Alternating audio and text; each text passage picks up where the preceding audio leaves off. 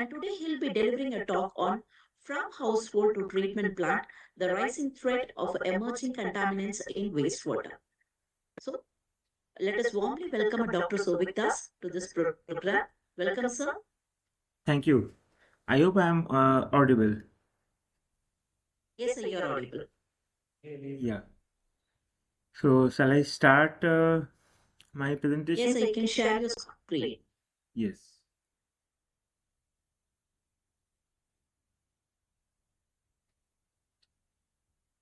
I think now we got the question.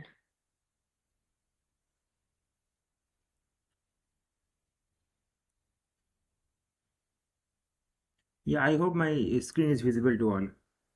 Yes, sir, your screen is visible. Yeah. So, thank you for organizing this workshop, this online workshop, and inviting me and other eminent speaker to talk about wastewater and wastewater treatment. So, today I am here to talk about emerging contaminants.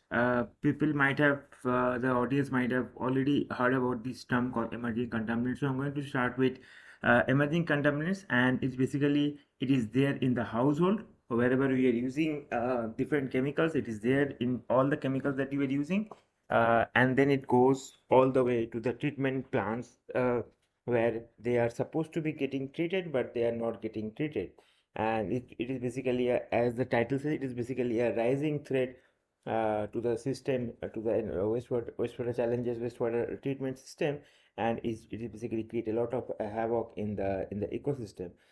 So these are some of the highlights, some of the headlines that we might have seen, some of us might have seen regarding emerging contaminants. Like this one talks about the gangetic dolphins getting endangered because a lot of emerging contaminants in the water. Mainly, if you see water in our river Ganga, Yamuna, they are getting a lot of contamination with emerging contaminants. Then there are pharmaceutical pollution. These pollutions basically are medicines, and the medicines that we use are discharged through our body, and then it goes into the water. It creates a lot of problem to the aquatic ecosystem.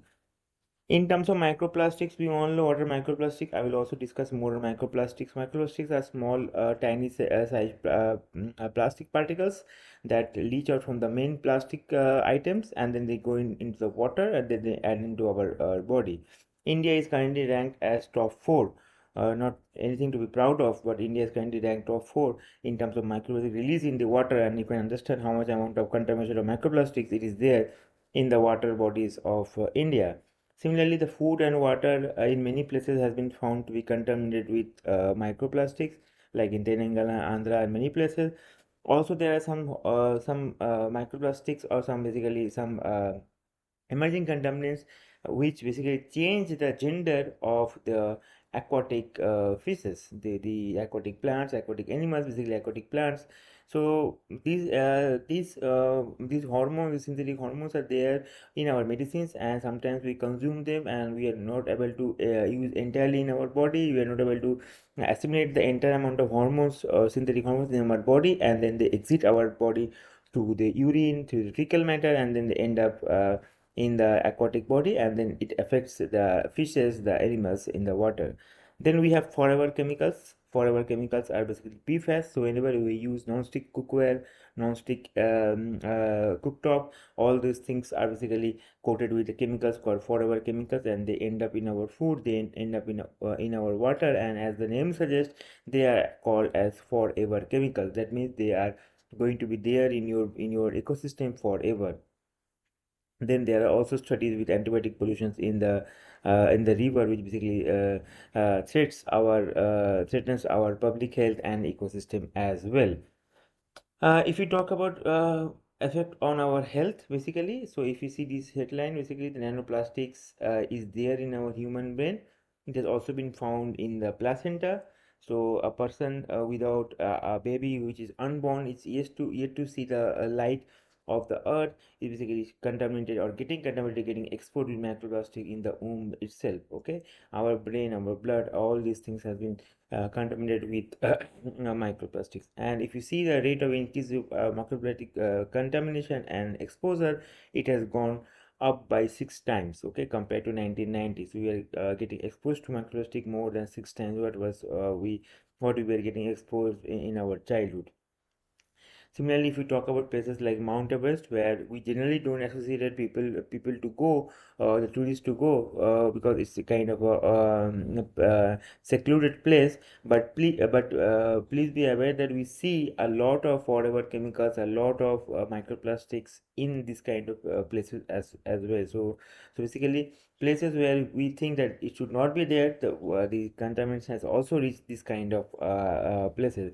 Similarly, Mount Everest also has a lot of microplastic pollution that has been reported recently in the paper, and the concentration of microplastic in human brain is also increasing with the exposure of with the exposure of our body with these emerging contaminants. So basically, all these headlines shows that why it is important to talk about emerging contaminant, to deal with emerging contaminant, and to remove emerging contaminant from our water, and how it can safeguard not only us, not only our health, the human health, but also the health of the ecosystem, also the health of the aquatic species, also the health of other different species that is or preserving the biodiversity of the earth. Now, if you want to just want to visualize the amount of microplastic we consume, we eat per day or basically per month. So this is basically how much amount of microplastics we consume, and it will give us a really alarming fact that that what we need to do with this microplastic pollution. So if we talk about per a week, we eat around consume around 5 grams of microplastic, and it's not just a random fact. This is basically based on many research articles that and the data is provided here, and I'll be further sharing the presentation to the organizers, and you can already you can have a look on this in this link and try to find out yourself from where this microplastic is going into our body.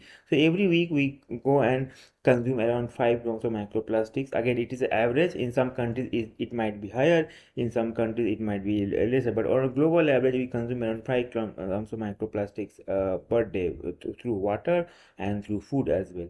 If you compare that to every month, it becomes 21 grams, so almost like one ball of microplastic we are consuming every month.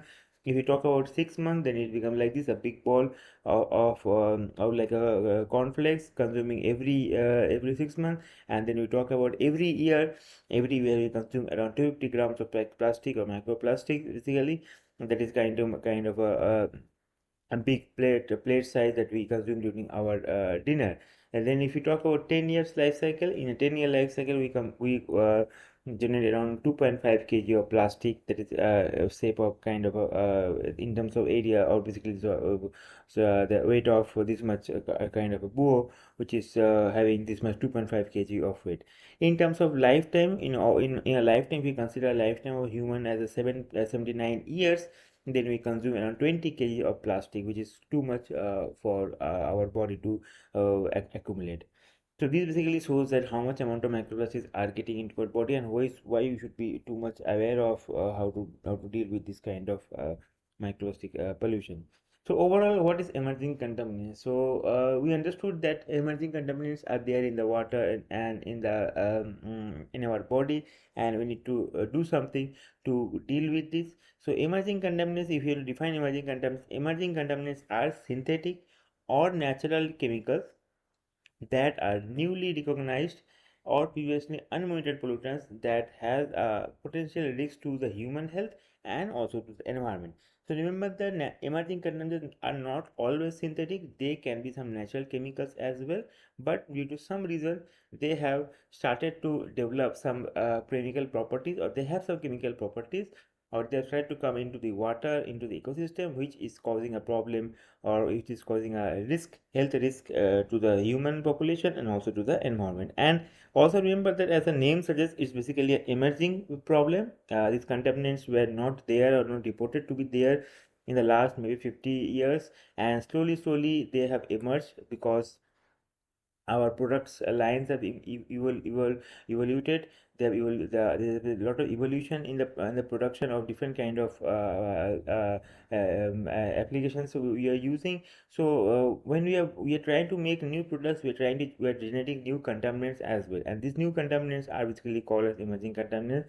And previously they were not there in the water, but now slowly they are coming, and almost all of these contaminants are not monitored. We don't monitor these contaminants. We used to not monitor these contaminants. Now researchers are coming and monitoring these contaminants because we know these contaminants are very dangerous for our health. They basically enter the environment because of anthropogenic activities, because of human activities, maybe industrial activities, maybe the use of personal care products and all those things.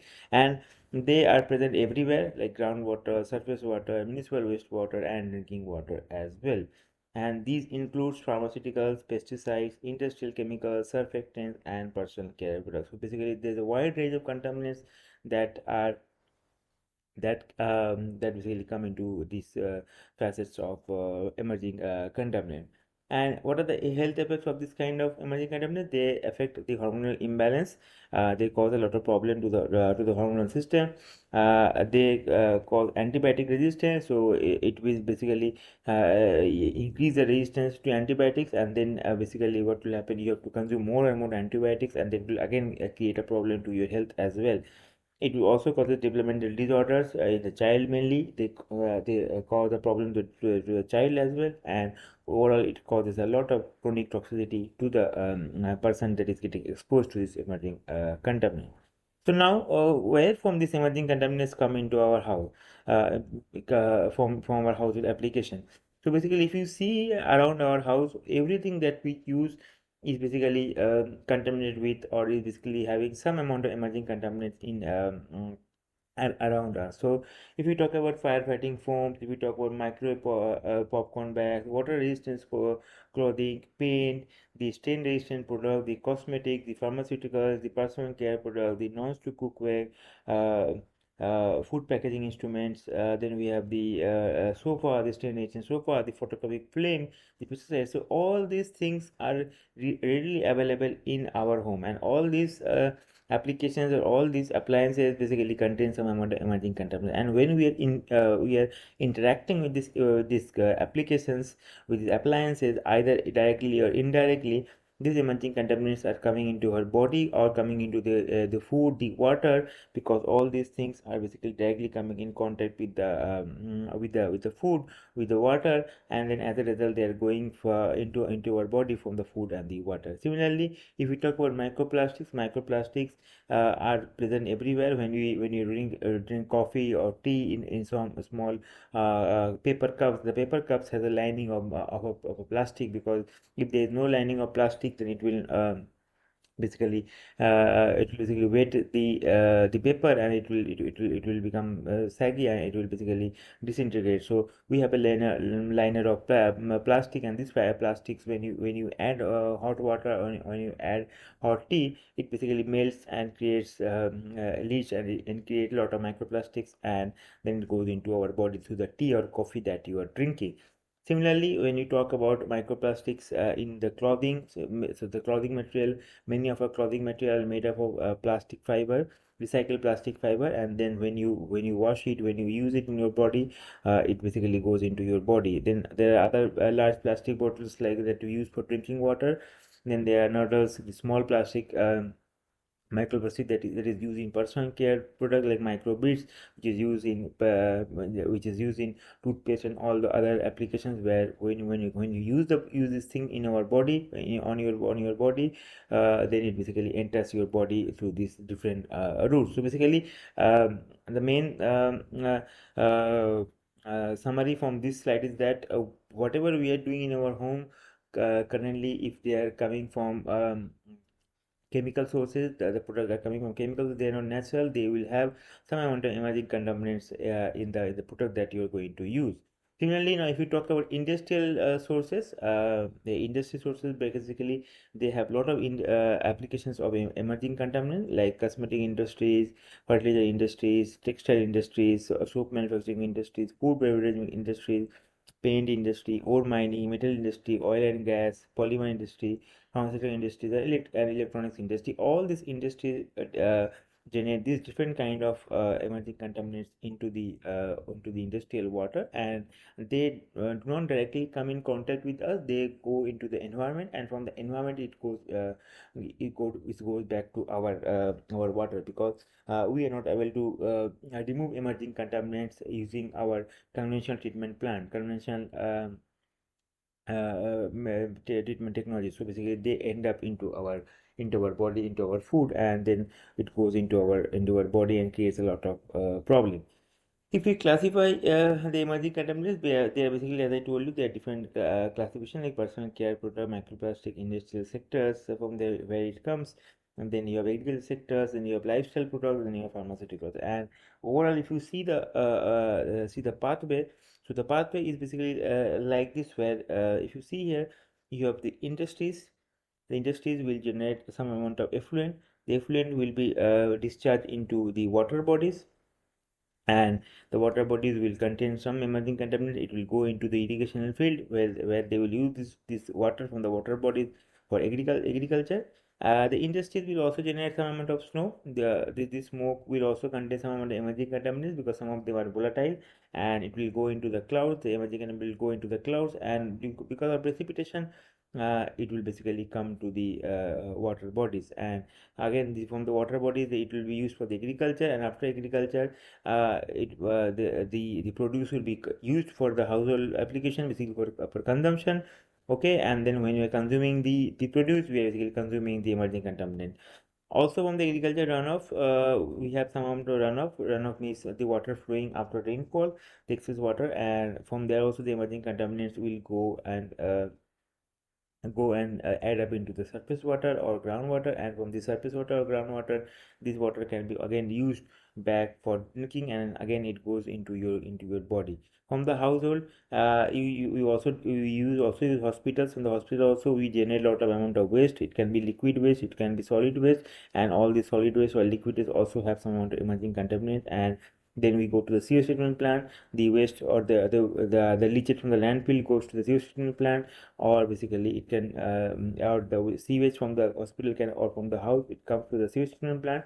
And the sewage treatment plant is not designed enough or not competent enough to remove this kind of emerging contaminant, and that it again discharges the water containing emerging contaminants into the surface water, and this surface water is again consumed for drinking or agriculture, and hence it basically the emerging contaminant remains in the ecosystem, remains in our environment, and basically goes into our body.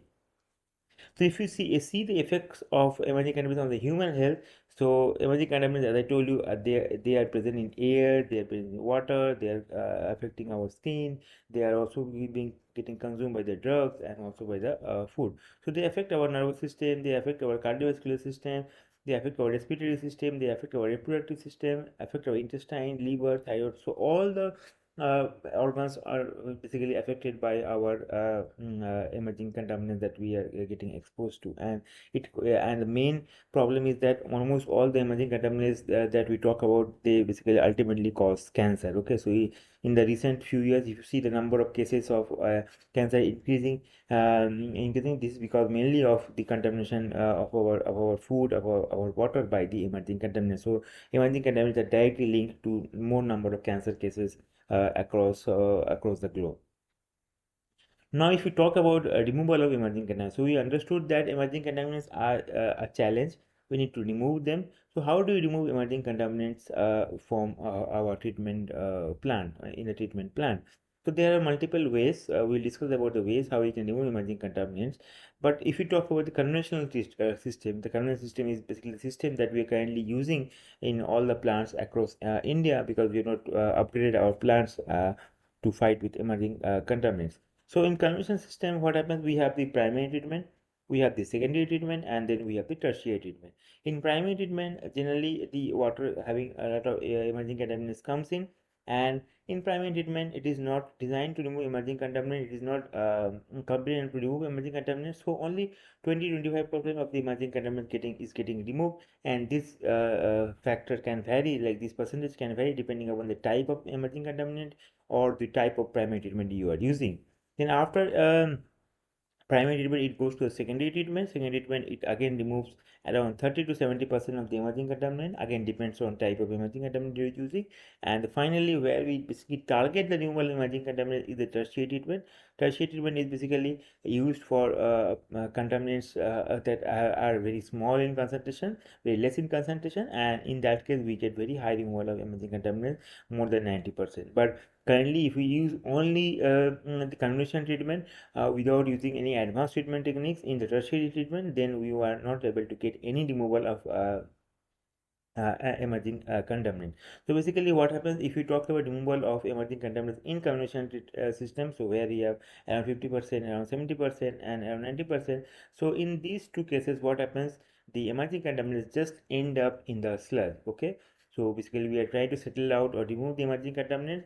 It basically settles down in the sludge, and then it accumulates in the sludge, and when the sludge is again reused back for agriculture purposes, or again used or again discarded in the low-lying area, the sludge again adds the emerging contaminant back into the ecosystem. So it is basically not removing the emerging contaminant from the environment, it is just changing the phase from the water to the sludge. Okay, and it's not stopping the contamination of emerging contaminants. But for the tertiary treatment, when we talk about tertiary treatment, is mainly about mineralization. Mineralization means breaking down the emerging contaminants into more safer products, and mainly finally we try to break it into CO2 and water, where it basically goes into the atmosphere without creating further harm to the ecosystem. We'll discuss more on that, how mineralization happens, and other techniques that are used for the mineralization of emerging contaminants. So if you compare the different conventional techniques removal which are used for the removal of emerging contaminants in water and wastewater, so we have coagulation and flocculation. And in coagulation and flocculation, basically it is sorption and precipitation, and it removes around 30% of the emerging contaminants. But the main challenge, as I told you, is basically it's adding the contaminant into the sludge, okay, into the sludge that is getting formed. So it is a challenge for the sludge handling as well. Same way for the sand and feed and media filter as well. It is basically kind of a sieving process where you are passing the water through a sand media, or basically a meat or any kind of filtration media, and it removes around 20% of the contaminant, and it is only effective for the suspended particles, and basically which is non dissolved. If something is dissolved in the water, it won't be able to remove it. Similarly, we have ASP, activated sludge process. It goes for biodegradation and sorption onto the sludge.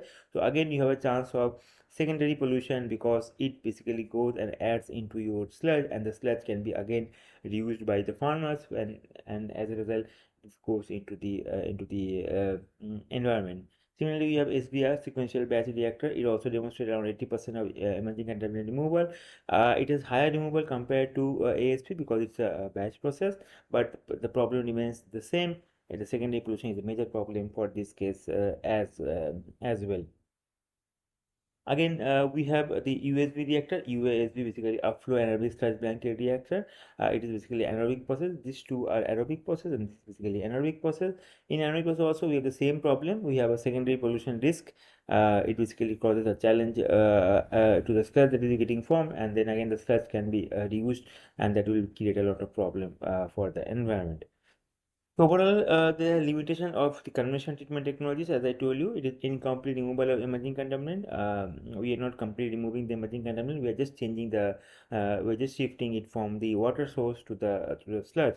It also doesn't completely degrade, because some of the microbes or some of the species that we're using in this biological process, in the conventional process, are not able to degrade completely the emerging contaminants, and hence what happens, they remain in the water or in the sludge. Then we have low selectivity and trace level sensitivity, because the concentration of emerging contaminant is very less, okay, but they are toxic in less concentration as well. As the concentration is very less, like nanogram to few microgram, so what happens that it is very difficult to select and specifically work on the micro or work on this microproduct or on this emerging contaminant, and hence as a result it is very difficult to remove or treat this emerging contaminant. Then these processes are having a slow response, because they are not built to deal with emerging contaminants, and hence when you apply this kind of technique, it is basically slow, and it is basically difficult to remove these emerging contaminants because of the slow response. And the final and the main problem is that secondary pollution risk, that is basically the pollution coming from the sludge, because these emerging contaminants will move from water to the sludge in the conventional treatment techniques, and When it goes to the sludge, it will be used by the farmers, by the agriculture, for the agriculture applications, and it will go to the soil, and again it will go back into the environment. So that is basically creating a one more challenge of secondary pollution as well. So to overcome this kind of challenges, there are some advanced emerging techniques that can be used for the removal of emerging contaminants. And basically, we try to differentiate this kind of techniques into two different ways. One is basically the separation, and the other one basically is the degradation. In the separation, we basically have a phase where it separates out the emerging contaminants from the water to the other phase. It can be solid, it can be other phase. And then that transferred phase is basically again brought for the breakdown, and after the breakdown it basically mineralizes, and then it basically it goes back to the to the environment. This is basically what happens when we talk about the separation and breakdown. We'll discuss more on what are the different techniques on separation and degradation. So first, if you come over separation and separation techniques. So the first separation technique is basically adsorption. Adsorption has been well researched and well used in wastewater and water treatment. So it is basically nothing but where you have adsorbent, like this you have adsorbent, and you have active sites like this. These are the active sites, and the emerging contaminants basically get absorbed on these sites, and then get reduced. It gets removed from the from the water.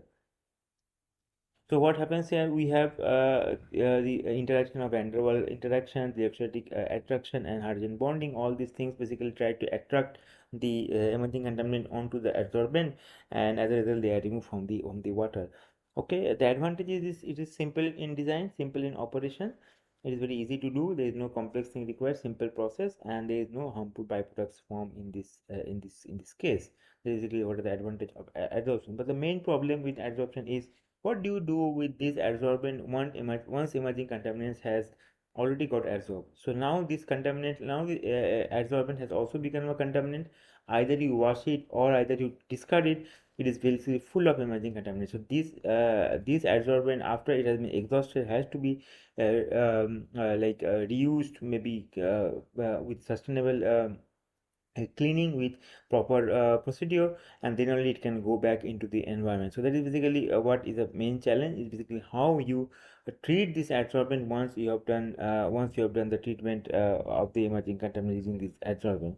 And these adsorbent or this process is dependent on pH, competing temperature, competing ions and temperatures. So if there is some changes in the pH, or if there is some amount of other contaminants coming in, or temperature fluctuation, the efficiency of adsorbent will decrease, which is basically a challenge when you're talking about a real scale system, because in the real scale system the process is not so stable, and it will basically change based on the parameters of the wastewater or water coming in. The next one is basically membrane filtration or membrane technology. In membrane technology is basically nothing but it's a size based exclusion. So if you are having if the contaminants are having size higher compared to the pore size, then it will not pass through. If the size is smaller, then it will basically pass through. This is basically the simple concept of membrane technology. And we know we have RO, we have NF, nanofiltration, and all those things. So if you see here, the raw water having some amount of contaminants is allowed to go through the membrane. The first one in terms of size comes to the microfiltration, then the ultrafiltration, then the nanofiltration, and then the last one is the reverse osmosis. And the size basically decreases. The size is basically the pore size of the membrane. And almost RO allows nothing, just the clean water to pass through it again. But in this case, it is very efficient. But the problem is that you need to apply a lot of amount of pressure for the RO to work, and also the amount of water rejected is very high. So basically, if the rejected is very high, you have to reuse the rejected or dispose the rejected, and the rejected will contain a lot amount of emerging contaminant, which is basically a challenge again to deal with. And in terms of advantages, as I told you, it can remove almost 99% of the emerging contaminants, because it is basically it is based on size exclusion. But what is the problem? The problem is that whenever you have this rejected the rejected has to be used back, or it has to be disposed properly without contaminating the environment again. And again, one of the main challenges is basically the high capital cost or the high maintenance cost. Like everyone in India cannot afford a RO system, cannot afford aquaguard or any other kind of filter media that filter they are using. Okay, so the poor people cannot use this kind of system, so it is not basically very much helpful for all the different classes in the societies that we are trying to give clean water to them. Also for RO, we require a good amount of energy. We need always the power supply. Without power, we cannot run the RO. So in places like villages where they don't have power, it is not going to work for this kind of technology. We have the next one is basically called as the foam fractionation.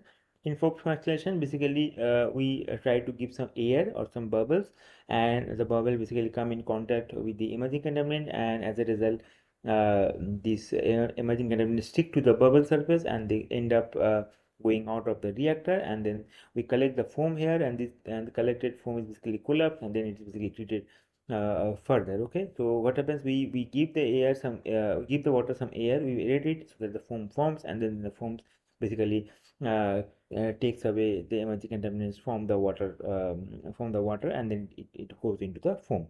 The advantage is that it's chemical free and low energy requirement. We are just providing air, we're not providing any high energy, and we are basically not adding any other further chemical into the water.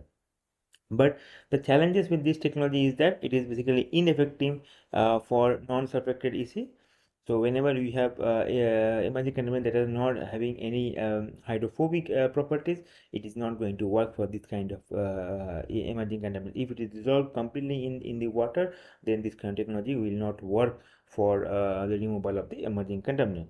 Also, the foam handling is a challenge because the foam, as you know, it will have a good amount of volume, and it will have good amount of emerging contaminants. So that has to be dealt or managed properly, and then it can be only removed or it can be discharged after proper treatment only. The foam also has to be treated properly after foam fraction treatment technique as well. Then we come on to the degradation techniques, the techniques where we are really degrading the emerging contaminant. We are just not separating it from the water. First one is basically ozonation. So ozonation is already used in many of the treatment plants. In India, generally we don't use ozonation because of lot of challenges with the cost, with the safety of the ozone. But in ozonation, what happens? We are basically applying ozone, and it creates nascent oxygen, it creates hydroxyl radicals, and all these hydroxyl radicals will basically act on the emerging contaminants, and it will degrade the emerging contaminant. It is effective in removing emerging contaminant. It is very highly effective in removing emerging contaminant, different kind of emerging contaminant, and the reaction time is also very short, and it doesn't produce any sludge. These are the advantages of ozone. So we have good removal, we have less contact time, and you have no generation of this sludge. But the challenges with this technique is basically it has high operational cost. As I told you, in India, ozone is not applied because of high operational cost. It sometimes form toxic byproducts. So remember, in emerging contaminants, sometimes what happens is that the byproducts are sometimes more toxic compared to the parent compound. Okay, so whenever you try to break down the compounds, we should always try to see whether the broken compound, the final compounds after breakdown is more toxic or less toxic. Okay, so the toxic byproducts are sometimes formed in the ozone. So that is a problem. We need to do proper handling in terms of ozone, because ozone is basically toxic and corrosive for us. So that has to be done properly with proper safety norms, and it is basically instable. So whenever you are providing it in the field, it has to be followed a proper safety protocol, and always that following all safety protocols in the field is always not possible because of a lot of challenges. The next that we have is basically the photocatalysis. Photocatalysis is basically the reaction where we try to provide some activation through light. So we have some light source, and we have some photocatalyst, and we have to activate them using some light, using maybe UV light or visible light. And when they are activated, they produce ROS, reactive oxygen species, and these ROS are basically like OH radical or superoxide radical, and they basically act on the emerging contaminant to remove the emerging contaminant. So in this case, complete mineralization takes place. Again, no chemicals are required. You only require a catalyst, and the catalyst has to be photocatalyst, which is basically activated after you put a light on it. And once you put the light, they try to generate ROS, and these ROS will degrade the emerging contaminants. The disadvantage, as I told you, is that sometimes it can form toxic byproducts, which are basically again a challenge. So further way, you have to again treat the emerging contaminants and then remove the toxic byproduct. Leaching of the photocatalyst. So sometimes what happens, the photocatalyst that is there here, that photocatalyst can be leaching into your water, because some photocatalysts can come from the coated surface into your water, and this leaching will basically create some problem into your water as well. The next one we have is basically sonolysis. Sonom is basically sound.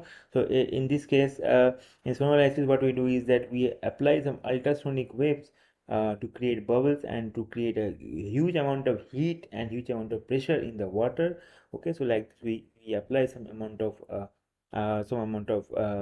heat and some amount of so we create some amount of heat and pressure in the water, so that it creates crypto pyrolytic and cleavage of the water molecules, and it produces a lot of active species like hydroxyl radical, OH radical, and all those things. And then basically these active species will basically target the emerging contaminant going into the water. So in this case also, we don't require any other chemical. We don't require we don't have any other sludge formation, because we are not making any sludge out of this. So it is basically treating the water properly. But here what we do is, what is required is that we have high amount of energy consumption. It requires huge amount of energy, and it is less effective for high volume of water. So if when you have a huge volume of water, like if you consider the treatment of basically a winter they release water, then we require a huge amount of we want to read a huge amount of water. So in that case, it is not very effective. It is very effective only for small amount of water. For high amount of water is not very effective. So the cost is basically high because of high energy consumption, and it doesn't work on a huge quantity of water. The next one is basically electron beam or e-beam technique, where we have high energy beam applied, and then basically high energy beam works on the water. It degrades the emerging contaminant. It acts on the water molecule. It generates again the reactive oxygen species, and these reactive oxygen species basically degrades the emerging contaminants present in the water. The advantage is that it's very fast, because you are applying a very high amount of energy, very high amount of electrons, so it is very fast. It is effective again persistent emerging contaminants. It is affecting again different kind of emerging contaminants which are very difficult to degrade. So basically you are applying a huge amount of energy, so it will degrade almost all the emerging contaminants that is there in the water. But the main challenge is that it is having a very high capital cost, too much amount of cost, because you are applying too much amount of energy to make this electron beam.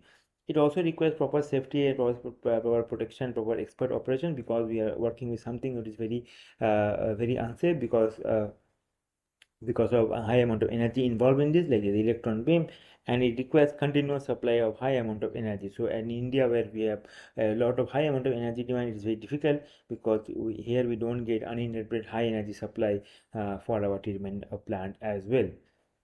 Next one is the plasma. Plasma is almost similar to the e-beam technique, but here we are applying only a electric discharge. In electric discharge, we are basically forcing a huge amount of electric field and electric discharge into the water, where it converts the water molecules into different active species, reactive species, where these reactive species basically try to react with the emerging contaminants and then degrade it further into non-harmful compounds. So here what we are getting is that the advantage is that it's non-selective. It can work on any kind of emerging contaminant. It is not specific only on one or two kind of emerging contaminant. It has very short treatment time. In very few seconds, it can degrade the emerging contaminant, and it requires no chemical addition. So these are some of the advantage of having plasma technique. But the disadvantage is that again the high energy consumption. It requires a huge amount of energy for degrading the emerging contaminants using the plasma, because you are applying a huge amount of electric discharge into the water, and again the capital cost is very high, because this kind of reactor needs to be done, which is basically having a huge amount of cost involved with the fabrication of the plasma reactor. Then we're coming up with some electrochemical technique. Electrochemical techniques, as we know, is basically having two different electrodes, like the anode here and the cathode here. So we are trying to apply, what we do is we apply some amount of potential here, some minimum amount of potential. It can be 10 volt, 20 volt, 30 volt, and then based on the potential that you are applying, based on the electrode that you are using, based on the catalyst that you are using in the anode and the cathode, different reactions will happen, and different species will be formed, different reactive species will be formed, and these reactive species will basically either react with your emerging contaminants indirectly or directly, and you will remove your emerging contaminants from your water. The advantage being it is high in removal efficiency because you have two electrodes working. It is basically it is working by two electrode setup. So the two electrodes are basically working to remove the emerging contaminants. So it is basically highly efficient. There is no addition of further chemical. You are not adding any chemical. Whatever the ROs is generated in situ only by the activity of the anode and the cathode, and there is no or less sludge generation. Okay, the no sludge is basically formed because all these emerging contaminants will degrade and it will basically form CO2 and go back into the atmosphere. But the challenge is that it requires electricity consumption, so you need proper electricity. You need electricity throughout your operation for maintenance, for basically for operation of this electrochemical reactor. And electrode fouling, electrode passivation is also a challenge because the electrodes will get fouled by the emerging contaminants, by the different contaminants. So you need to clean the electrode, you need to replace the electrode, and then you need to again carry forward with the reactions. Then we have microbial electrochemical technology. It's basically a derivative of electrochemical technology where we are also applying microbial cultures in the electrochemical technique. So we have the same as that as the previous one. We have the anode and the cathode here, but here in the cathode, or it can be in the anode as well, we apply some microbes. Okay, and these microbes can act on the emerging contaminant. Either these microbes can act, or the combination of the anode and the cathode, they can work and they can remove the emerging contaminants from your water. It is advantages because it can remove the emerging contaminants with less amount of energy required, and it can also try to recover some energy. So because these microbes are sometimes electrogenic in nature, so they generate energy, generate bioenergy from the water. They treat the wastewater and they generate some bioenergy from the water. They are environment friendly because they don't use much chemical. They are naturally present in the environment. So we are not using something that is toxic for the environment. We are using something that is there in the nature. The disadvantage is that it has a low treatment rate. That treatment rate is very less compared to the other treatment technique, and the power output is also less. The amount of power that is generated because of the biological activity is also less.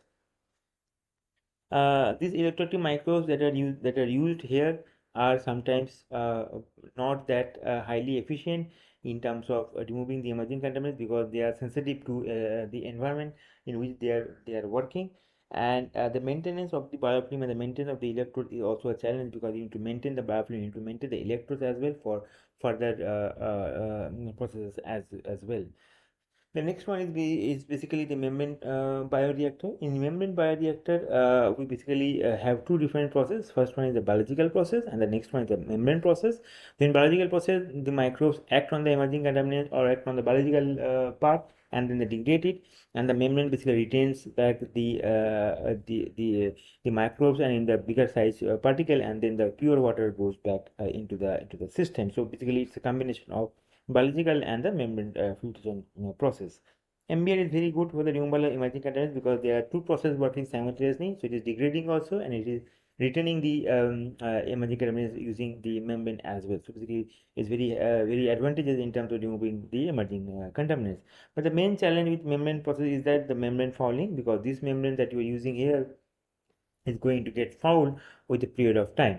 You need to do proper maintenance, proper replacement of the membrane over a period of time. So basically, it again add onto the cost of the membrane process.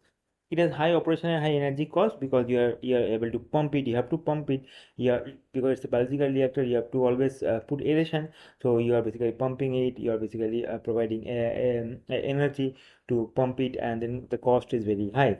Also, membrane replacement cost is also very high because the membrane has to be replaced. Like when we replace our RO filter and other filter, we need to replace the filter as we do in our house. This also has to be replaced properly, and the replacement cost is sometimes very high. Then we have the concentrated wetland.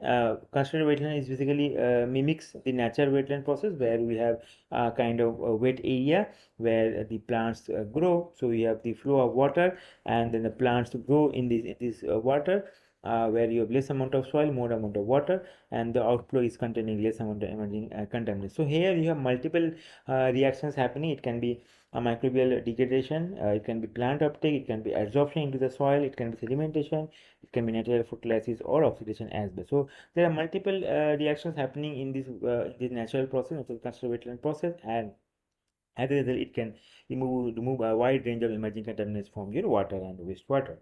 The advantage, as I told you, is basically low cost, low energy, eco-friendly, and sustainable technique because it is not consisting of any chemical reactions happening or any chemical addition into the water. So it's basically it's a natural process, a low cost process, and no energy requirement for this kind of setup. And but the disadvantage of this kind of treatment is basically the large area requirements. So for growing the trees, you need a huge amount of land, and that will basically create a lot of problem of growing it in the city, and it is not effective for highly toxic or highly non-biodegradable emerging contaminants. So the emerging contaminants which are biodegradable in nature, they can only be getting removed in the concentrated wetland. The other different types of emerging contaminants that are highly toxic, they can't be removed here because these plants will die if you give too much amount of contaminants that is basically not not very much cannot very much helpful for the growth of the plant. So if we have some contaminants that are very toxic for the plant, that are highly toxic for the plant, then these plants will die, and your all the system will basically fail. So we can only remove some specific contaminants using this concentrated wetland process. So now overall, if you compare all the techniques that we have studied till now in terms of the strength, the weakness, opportunity, and threat. So basically, it's says that all these treatment techniques have their own strengths in terms of adsorption, membrane technology, or any other technology that you have talked about, and all the treatment techniques has their own weakness. Weakness means either they are having high energy consumption or they are no, less efficient and all those things, but there are also challenges or there are also opportunities with this technology, so we can try to work and overcome this weakness so that we basically commercialize this technique, and all these techniques are kind of not commercialized. We are basically trying to take it forward to the field where we can apply it for the removal of emerging contaminants, and they also have their relevant threats means in terms of high amount of emerging contaminants in the water or requirement of chemicals and all those things that are basically seen in this kind of treatment techniques. So now if we talk about the TRA, the technology readiness level, or basically the scale at which these kind of techniques are basically used. So if we talk about adsorption, as I told you, is already applied in the field. It is really used in lot more industries and municipal wastewater handling plants. Then if you talk about membrane is also a commercialized technique. It's applied in the field. It is already commercialized. It is used in municipal scale desalination plant and other kind of plant. Then you talk about ozonation. It's also used in field scale plant, mainly in Europe, US, and Japan, not in India currently. And then if we talk about other treatment techniques, the photocatalysis, starting from photocatalysis to the membrane bioreactor, all these things are mainly in the pilot scale or mainly in the lab scale, and they are trying to move from the lab scale to the pilot scale because it's all just a kind of idea, this kind of research is going on, and we're trying to move it to the next level to apply it in the field. In some countries, they have started to use this kind of technique in the field, but again, it's only in the pilot scale, not in the proper field scale application. So there is a lot of scope for research and applications of this kind of techniques. So now if you talk about the byproducts as I was telling you, so in this diagram you can see we are talking about the mineralization of a compound called methyl paraben. It's basically an emerging contaminant.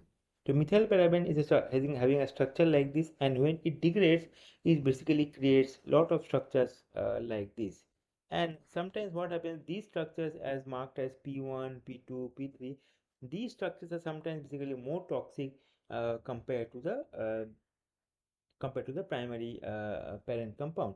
So and our ultimate goal is that this primary compound transfers into this CO2 and water, because these are really going to not harm our environment, because CO2 just goes into the environment and water just goes into the our system, our treatment plant. And this CO2 is again a problem in terms of global warming, but the CO2 generated from emerging economy is very less compared to the CO2 released from the atmosphere, so it doesn't cause as such any global warming.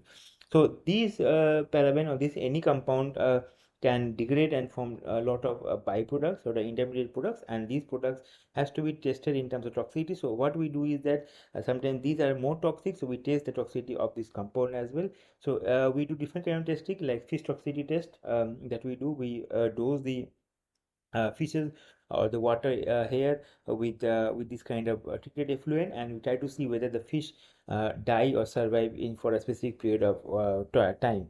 Similarly, we do the same thing with microbial and algae toxicity as well. We try to culture the algae and microbes using this kind of treated effluent, and we see whether they are growing or not. If they are growing, then it is good, it is not toxic. If they are not growing, then it is a toxicity, it is getting a toxicity in the environment.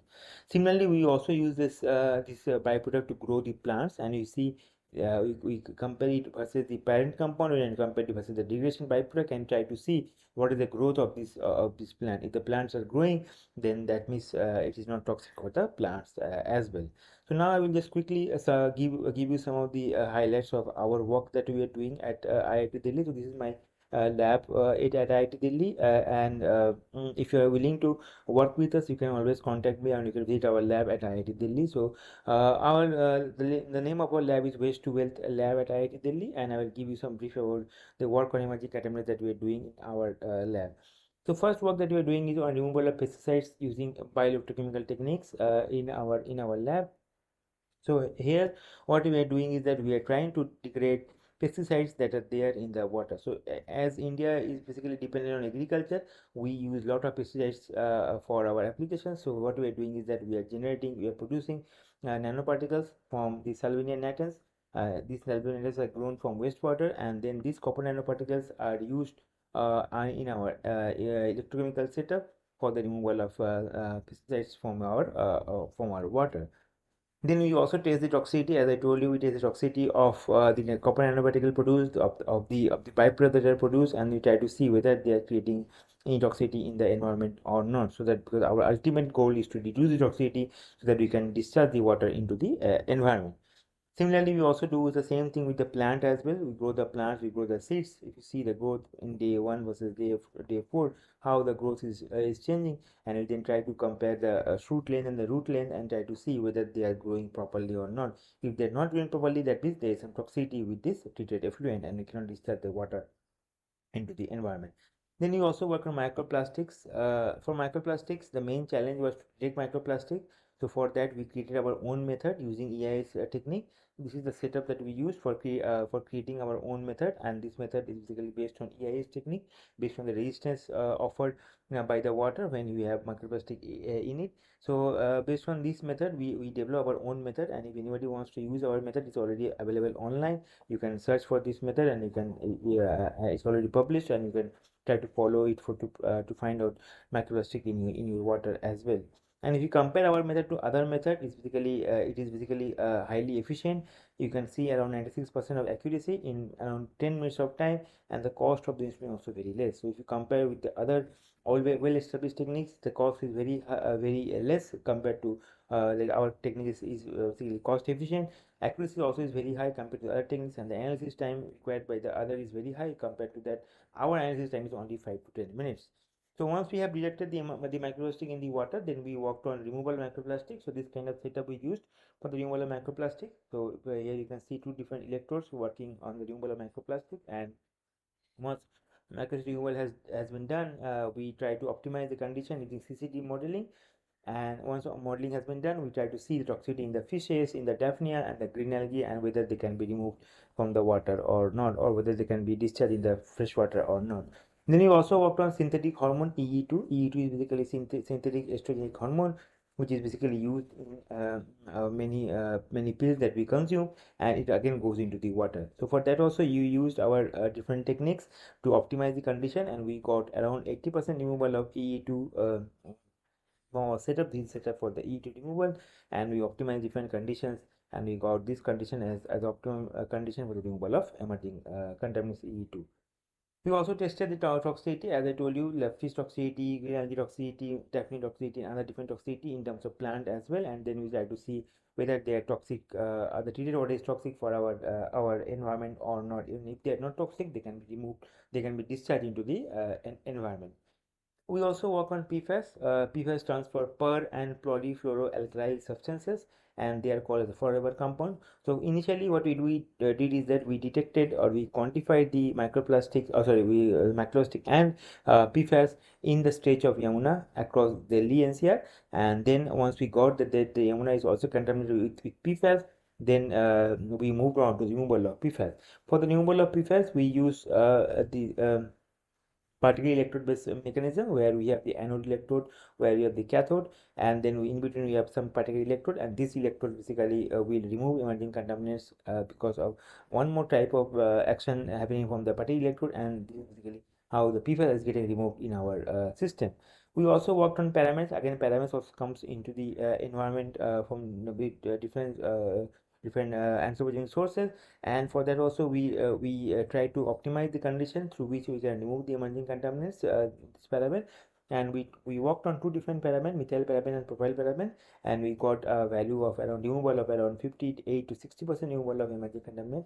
With the removal of emerging contaminants, we also work on seeing the energy efficiency, how much is the energy required for removing this emerging contaminants, because we have to make something that is using less energy but removing the highest amount of emerging contaminants. So we also targeted reduce the energy consumption of your wastewater.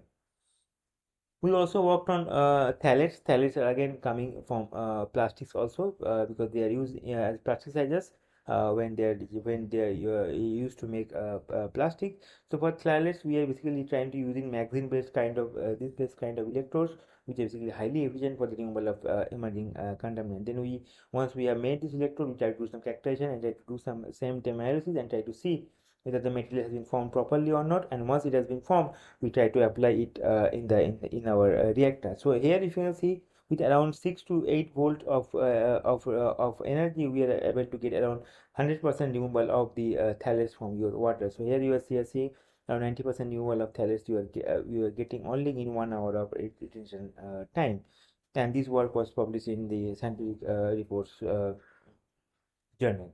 We are also working on beta blockers. Beta blockers are some of the contaminants that are used when you have some problem with your heart, you have cardiovascular disease. For beta blockers, we use our sugarcane bagasse. Then we processed it to make biochar out of it, and then the biochar was doped with nitrogen and iron. And this nitrogen and iron doped biochar was basically used here in the system, in the electrochemical system for the removal of this beta blocker. And the beta blocker for this case was atenolol, which was used for the removal of which is basically as a target contaminant, which has been used here for this research. And this is the reactor that we use for removal of atenolol, and then we did some characterization to find out whether this catalyst works or not. And once this catalyst works, we are fine, and we go ahead with the removal of the atenolol. And then we also do the toxicity study. We see the pathway through which this compound degrades and form the finally CO2 and water, and we try to see the toxicity of this intermediate compound, and we did do the toxicity in Daphnia, in fishes, and in different kind of green algae and different kind of other plants and animal species. And this work was published in ACS, Environment Science and Technology Engineering Journal of ACS. There are some other projects. Quickly, I will just go through them, and because we don't have too much time left, and these are basically more on the field implementation of our techniques of our knowledge that we have done. So basically, this work was on pond rejuvenation in a village in Meerut in Delhi only. So this is basically the pond that was used by the villagers, and the villagers were having a lot of cancers, a lot of other diseases in the society. So we basically help them to rejuvenate the pond. So you can see the pond is basically getting clean and rejuvenated, and then we install a treatment system here, and the fresh water was coming after treatment. The water was coming here in the pond, and it basically helped the 10,000 villagers to get fresh water or get good quality water from the pond as well. So it's basically something for the community that we have done for in this kind of research. So again, you can see the pond, how it was before the rejuvenation, and once the rejuvenation was going on, this is the pond, and then once it has been done, uh, they are getting good quality water from the pond. We are working with the same similar concepts on water harvesting, rainwater harvesting with ICSE Foundation for BML Munjal University in Gurgaon. So the university gets good amount of ground or recharge in their university campus as well.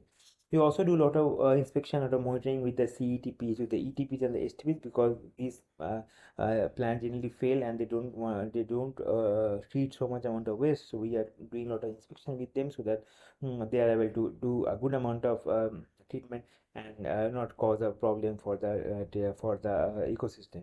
We also work with India's and Asia's largest STP, that is in Okla, and there they were having these problems of green algae or algal bloom. But when we inspected this site, we found that this is not algal bloom, which is basically aquatic weed.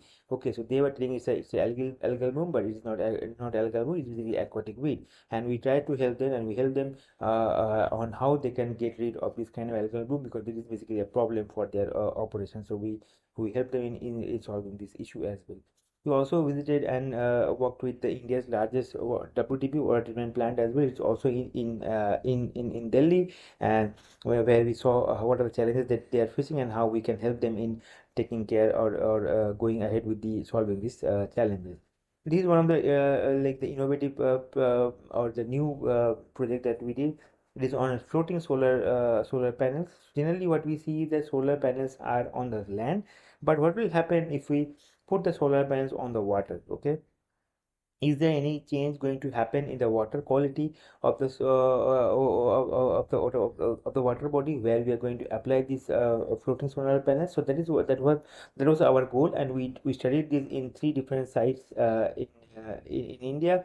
So in Andhra Pradesh, in Telangana, and Kerala, we studied this, what is going to happen to the water quality, to the species, to the fishes, to the microbes, to the plants, if we are having a floating solar panel on the water bodies. Then we also have developed Yamuna historical water quality dashboard.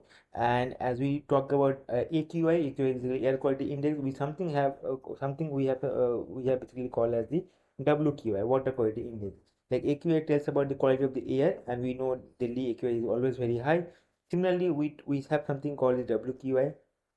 In WQI, basically, we try to see what is the quality of the water that we are drinking or that is flowing in the river.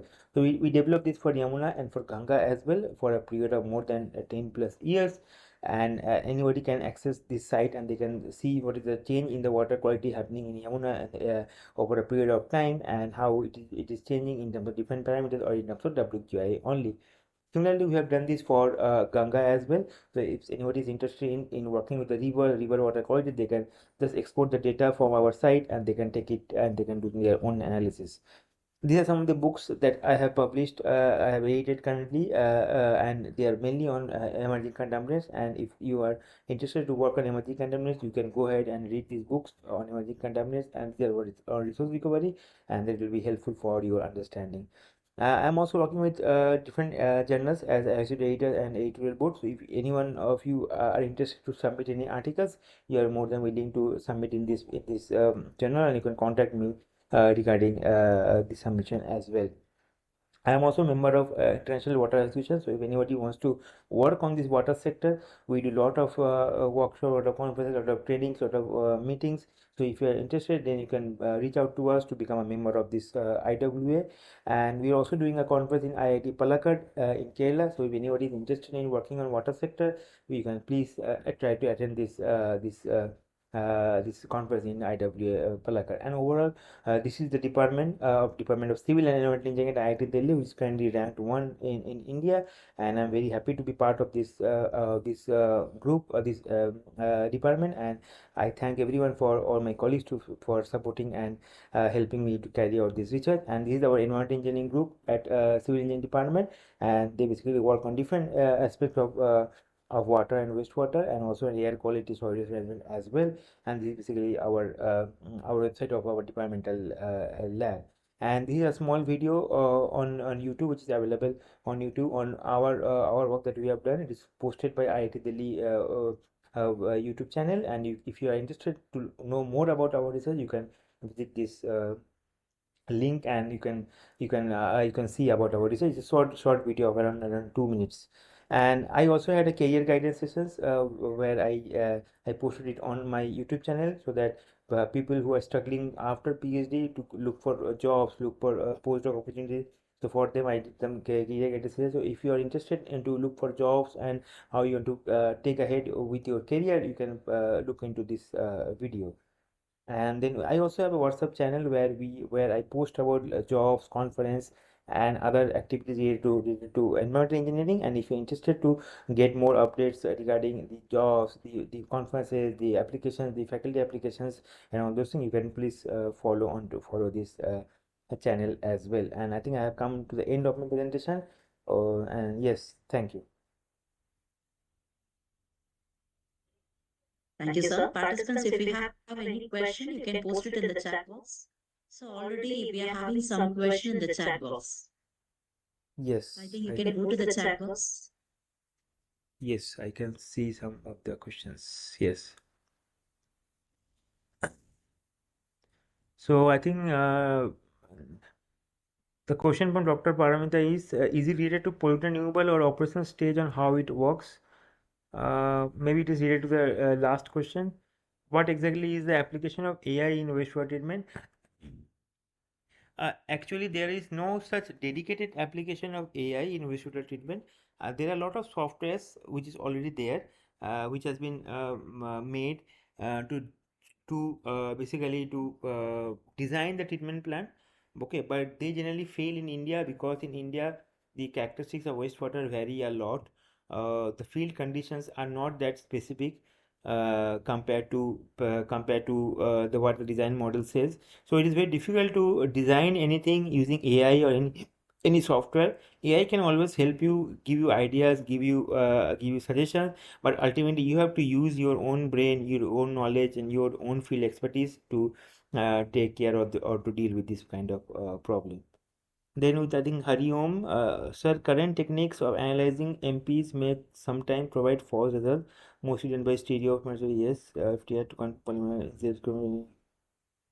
Yes, so you are correct, Hariom. There are some false positive results that we get in FTR method. In fact, this kind of false positive we get in any kind of treatment technique, any kind of detection technique. Sorry, because any technique is not 100% accurate. But we have some amount of cross checking. Like for in our lab, I can tell you we used microscopy, fluorescent microscopy. So we kind of inject some dyes, or we give some dyes in the microscopic solution, and then we see it in the fluorescent microscope, and then we also use FTI, then we also use EIS. So we use three different techniques to quantify the same thing. So the chances of failure, chances of getting wrong data is very less in our case in our research.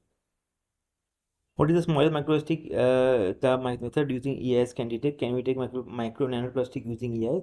Currently, yeah, so Modipta, currently we are not able to detect nanoplastic because we have not tried to detect nanoplastic. We have only developed this technique for the removal of microplastic, not to nanoplastic.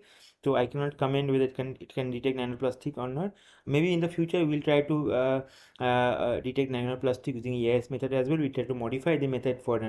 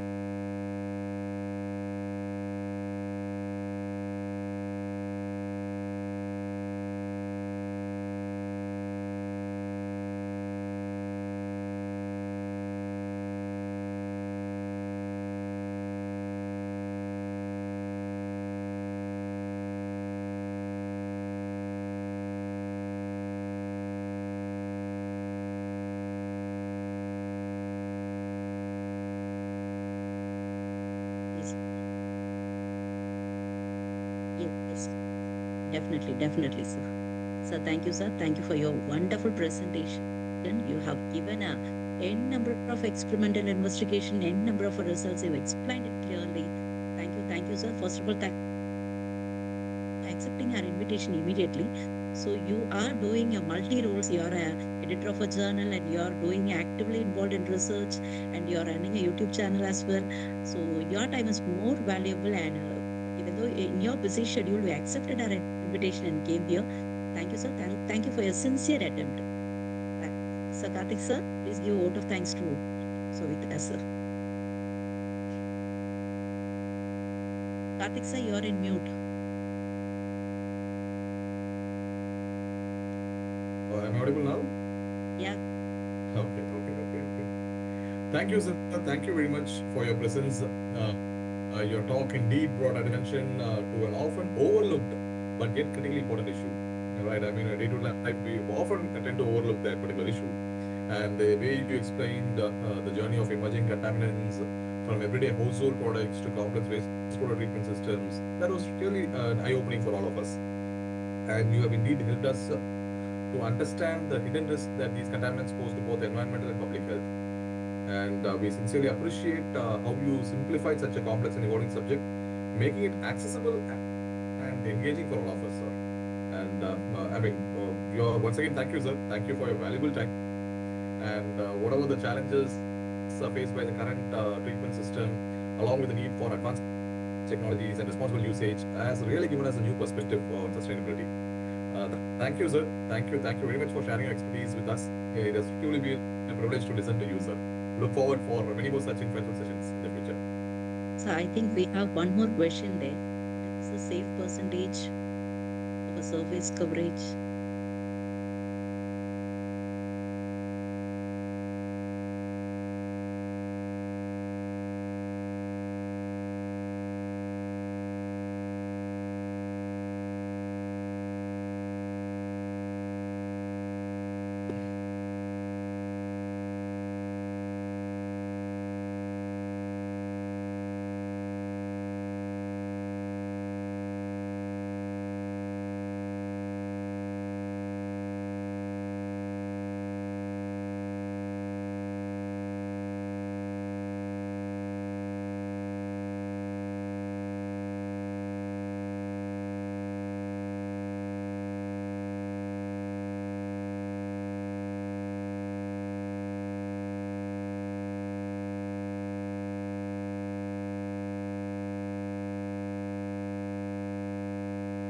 Thank you, Sir, sir. sir, I have one question.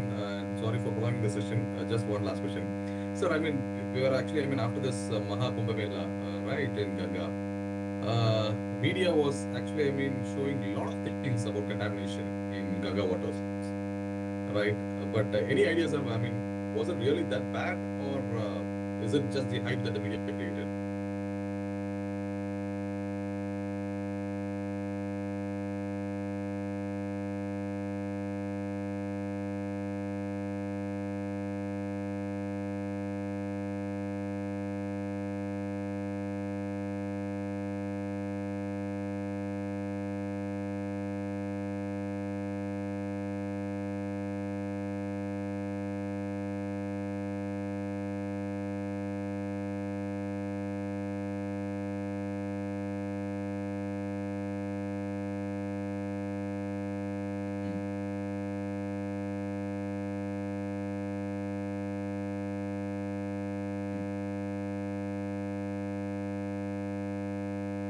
Correct.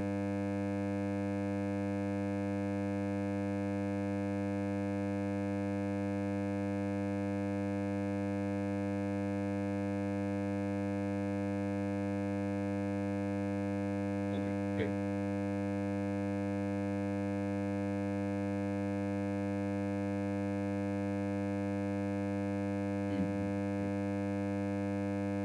Yes. Thank you, sir. Thank you, sir.